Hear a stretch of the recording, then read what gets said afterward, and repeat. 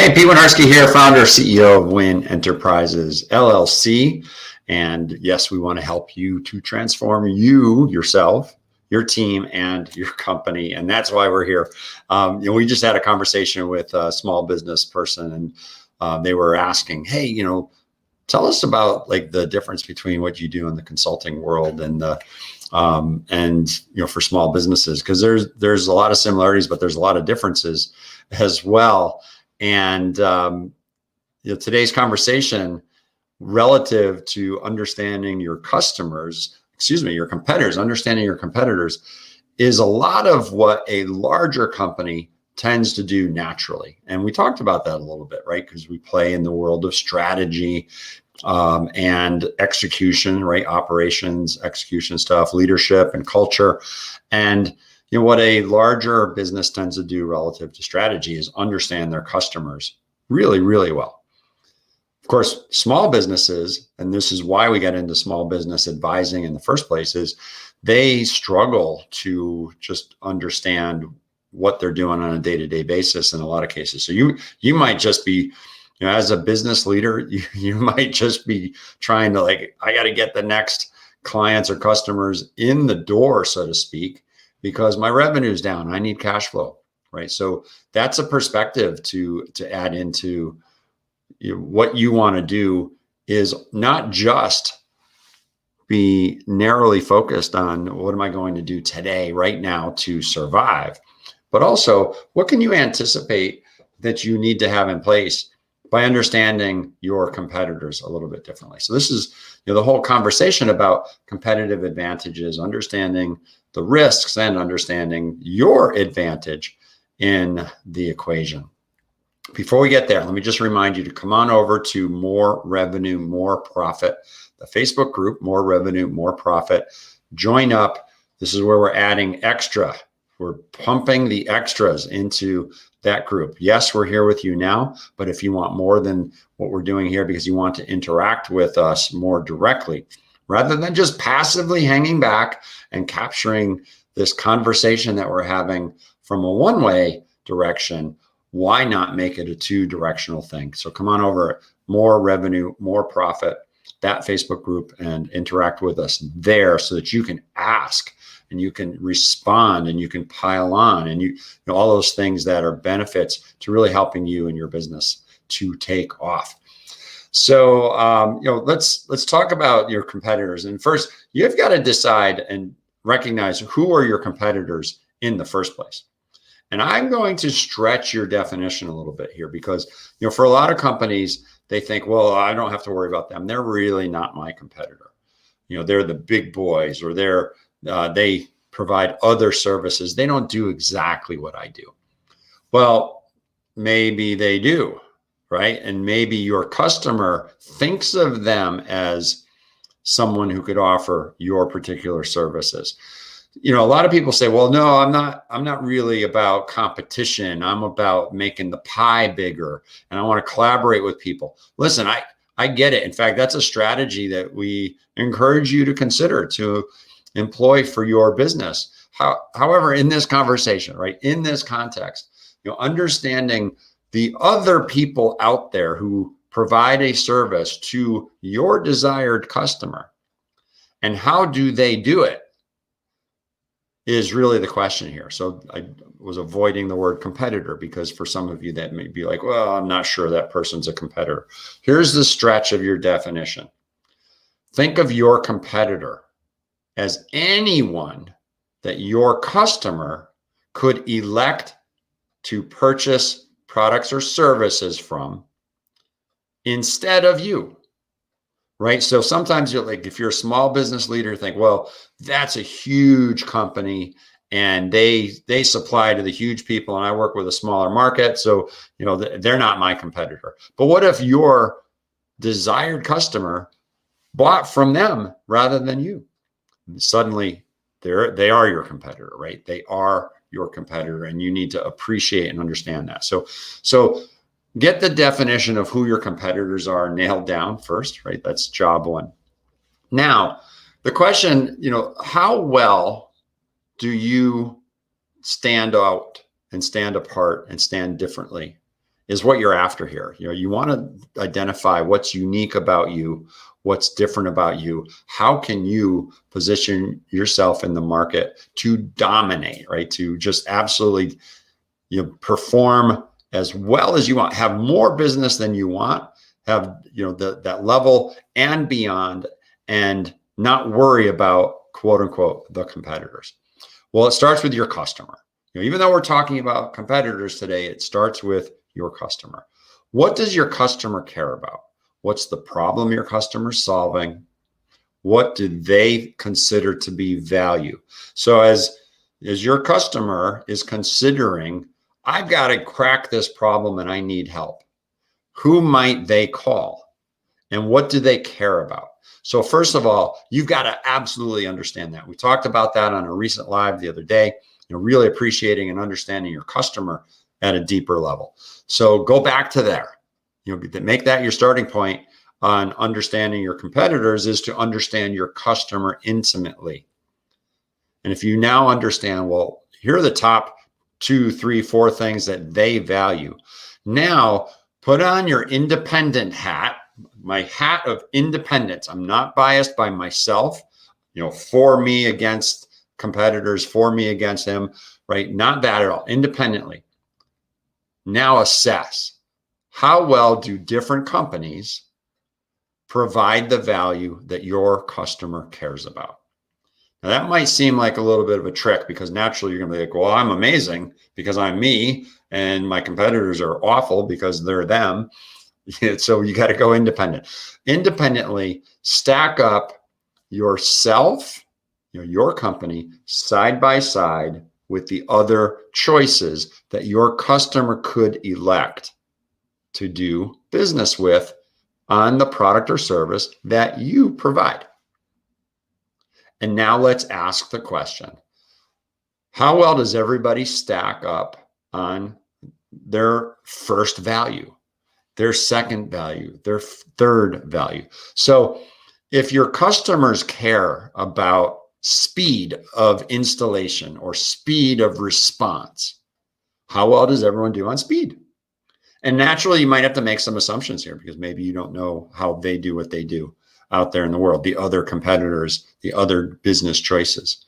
But it's important for you to have a sense directionally. They're amazing at speed. They've got this huge team. They've got, there's no delay. When you dial the phone, it rings right away and they get a real human being. Or it's a fast response, because when you go to their website, a bot opens up instantly. And that bot that opens up enables the customer to get into dialogue right away. That would satisfy the speed criteria. Well, what if their greatest value is, I just have to get my problem solved? How well do each of the choices, right, the competitors, how well do they solve the problem, so that they know, your customer is happy or not as a result of that value? What if they value price? What if they value performance? What if they value the relationship, right? What are they? So you start with your customer. What are those things that they value? How do all of the different companies that provide that stack up against that? And then how do you stack up against that? So now you've got this whole map of what the customer cares about, how your competitors are delivering. And what's interesting is you may find, wow, I have this huge opportunity to dive into this particular area. Maybe it's customer service. Maybe, so what happens a lot of times is, in the spirit of larger companies reducing costs, like, I'm going to reduce costs, I'm going to automate this, I'm going to automate customer service, or I'm going to send it to a low cost region, maybe in a faraway land, and teach that group of people that we hire our processes. We'll give them standard procedures. We'll teach them to answer, and that'll be good, because we'll reduce our costs tremendously. Well, if high touch customer service is one of your customers' highest values, what's their answer to that? How would they say you're doing if you as a company did that? Right? Think about that for a second. Think about the experience that I'm sure you've had where you dial up customer service and you get the recorded hold message that puts you in a loop that you can't get out of. Or you do get through to someone and they're having difficulty understanding your explanation because English is not their primary language, it's their second language, right? And they struggle. That's a possibility of the reaction of how you end up creating an experience. So do you have an opportunity there? One of our clients this is like part of his mission. One of his competitors clearly is one of the big cable companies. I'm not going to describe who it is. The big ones tend to start, the first letter of their company begins with the letter C. I don't know why that is, but Cox and Comcast are two of the big ones. Pick one. They're probably the same. And anyway, he's like, they're awful. And I got to tell you, I know personally, right? I've had Comcast and I've had to be on hold and you get lost in the loop. And then you get someone, by the way, who's tremendously friendly with an accent and actually a nice accent, right? I'm like, well, where are you from? Oh, I live in the Philippines, or I live in India, or I live wherever. And they're like super nice people, wonderful people who are following a script, who are reading, hold on, please, sir, while I check that for you. Yes, I understand. Hold on, please, sir, while I check that for you. So that's just a different level of experience. I'm not saying it's right or wrong. It's from your customer's perspective. And so your customer may be at that level of performance. They've reduced their cost, so they have more profits. But what about if the customer experience matters to your customer, and they're just having a tough time with it? Then maybe that's an opportunity for you. And then you put your processes in place, and then you identify that as an advantage that you're talking up as you now put language into your marketing pieces. Well, what about the risks? This is the other part. We want to talk about risks and advantages. You want to find an opportunity and create an advantage. But also, this is a really important exercise to evaluate. They're amazing at these things that my customers care about, and I'm not. So what do you have to do? Where do you have to double down? Where do you have to invest? What do you have to do to streamline your processes, put things in place? You maybe automate so that you do something a little bit differently, free up your own time. Who knows, right? You got to let your customer dictate what's important, and then let your analysis of who they would consider buying from instead of you, and evaluate those businesses to see how do you stack up. Once you've identified your risks, now you've got a punch list of what to go address, right? So strategically, that becomes a focus area, maybe for the next 12 months, 6 months, whatever it is. In some cases, it's like, oh my God, we're losing business right away. We've got to fix this. It might be that you discover that your customer really cares about landing on a website and having the website guide them through the process. And you've had website visitors and they're not converting. And you realize after doing this analysis, when you look at your competitors' websites, you're like, oh no, our website's horrible relative to theirs. No wonder they're getting the business and we're not. Right. So that's another what if, but you got to just, figure out, what does your customer care about? How are you doing compared to those criteria? How are your competitors doing against those criteria? Where are you at risk because they're doing way better than you? Where do you see an opportunity because they're not doing so well at something that you happen to be pretty good at or could become pretty good at? And now you develop your strategy around that, right? Get it in place, and then be able to talk about it in your marketing so that you are differentiating yourself in a way that's just, amazing. Like, yes, here's where we're killing it. And then you're talking to your customers in a way using their language that they fall in love with the chance that, yes, maybe you are the company that we ought to work with. And then they do visit your website. They do jump on the call with you. They do place an order. They do, for your product or your service, and they hire you or whatever it is. And then you have the opportunity finally to demonstrate your real value, solving their problems, et cetera. And then they're like, yes, And I'm going to tell everybody else in the world about you. And now your business is doubling, tripling, and life is good. All right. So review your competitors. What are they up to? What are they good at?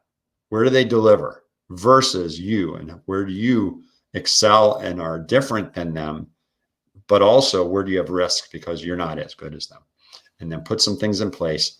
Be able to identify what you're really after here is, clarity in your mind first of what makes you unique and why your customer should do business with you, and then fold that into your marketing so that you can describe that to your customers so they fall in love with the opportunity to work with you.